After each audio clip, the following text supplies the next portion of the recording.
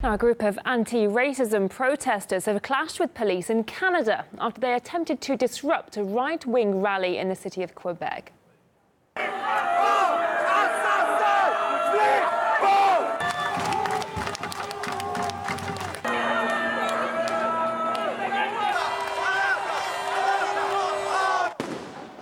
Dozens of anti-fascist protesters dressed in black threw smoke bombs and firecrackers at police who tried to separate the two rallies. The second was a planned right-wing event against the migrant policies of the Canadian government. The two sides also exchanged insults.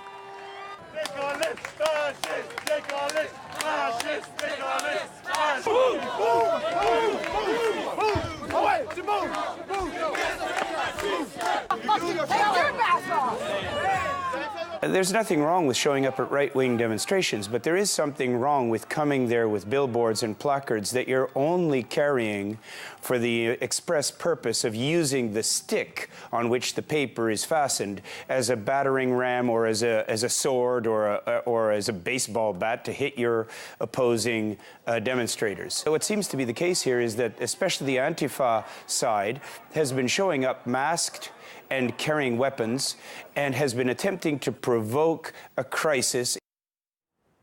Similar scenes also took place across the border in the US, where thousands of left-wing activists showed up to confront a 20-people-strong rally against illegal immigration. Armies! Armies!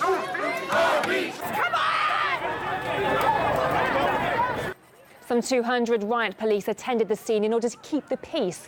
2 people were arrested, a left-wing activist for pushing a Trump supporter and an unidentified person with a knife. Tensions between America's left and right have been increasing following the violence in Charlottesville, where a neo-Nazi rammed his car into a crowd of protesters. Rallies similar to the ones in California have taken place across America throughout the week, the largest in the city of Boston. Left-wing protesters showed up to disrupt planned right-wing events, often resulting in clashes and arrests. One of the sides has upped the ante by launching a petition on the White House website calling for Antifa to be declared a terrorist organisation. Nearly 140,000 people have already signed in just 3 days, and now the administration has to issue a response. Here's John Bosnich again with his thoughts on the message the petition sends. I think the White House is going to have to play a moderate line here and is going to have to reject the petition, but the petition will serve as warning to Antifa organizers that they either have to police themselves or they will be facing more serious sanctions in the future. We're seeing, and they even have the phrase for it, a Salem witch hunt, which originates in the United States, where they burned people if they didn't float on water and so on. I think that if you interviewed 100 members of Antifa and asked them what the meaning of the word fascist is and what the history of the fascist parties in Europe are, they wouldn't know even the first word of how to answer that question. And the prospects of violence have forced one Canadian university to cancel a discussion on stifling free speech. That's after a backlash from left-wing activists on social media. They accused the event of giving a platform to, quote, fascists and threatened to disrupt it with a massive rally. Ryerson University shut down the discussion, citing safety concerns.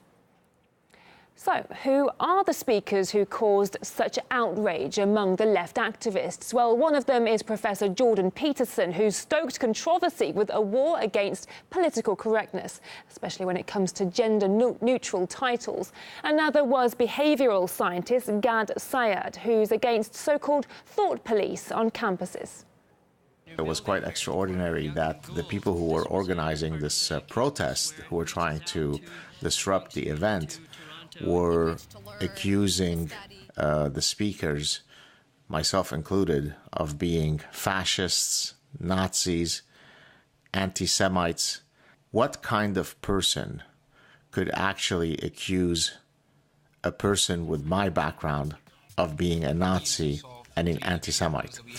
But in any case, Ryerson University has canceled the event on the stifling of freedom of speech on campuses. I'm not sure that I need to say anything else. Well, two other speakers were a conservative journalist and psychologist, Oren Amate. He says opponents decided to simply use labels instead of having a productive discussion. We're not promoting hatred, we're not promoting fascism, bigotry, or anything of the sort. Look at the truth behind the labels is what we're trying to promote. So this was about trying to compel people to be able to speak up, to be able to have, again, honest discussion, civil discourse with people maybe you disagree with. We're trying to promote the right way to have these kinds of discussions because it's not working the way it's been going for the last few years. With identity politics, people have become so simplistic that if you don't fit into this category that they like, if you're not with them, then you're automatically the enemy. In today's world, if you aren't on the far left, you're seen as a Nazi.